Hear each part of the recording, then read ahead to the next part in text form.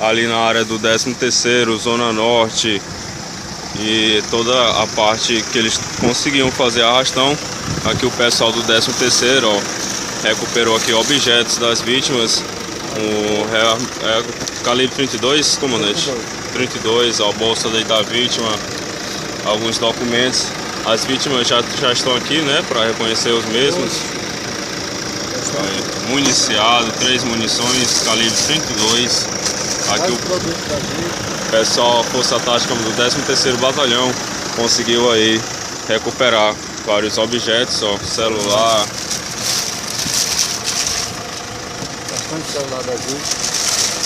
Vários celulares aí das vítimas.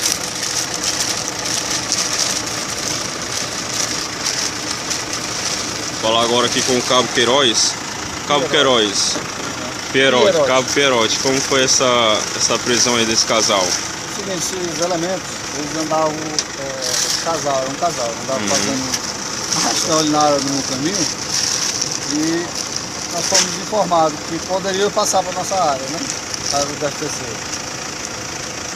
Fizemos a abordagem, depois sabendo uma informação que ele se encontrava em um posto próximo ao posto de gasolina, numa borracharia, fazendo a troca do pneu, porque ele tinha andado bastante tempo com o pneu furado.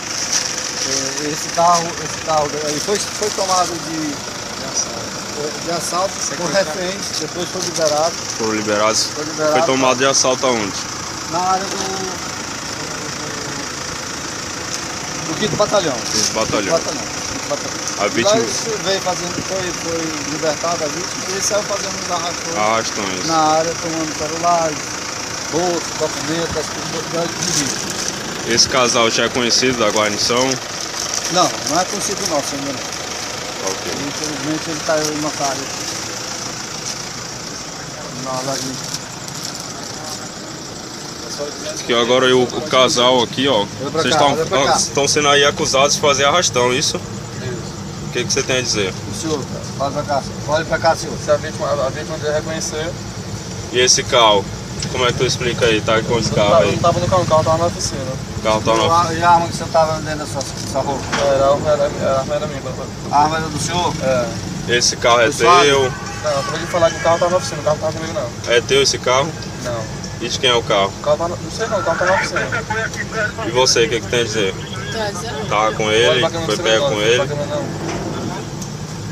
Tá, o casal agora não tem nada a dizer, mas o certo é que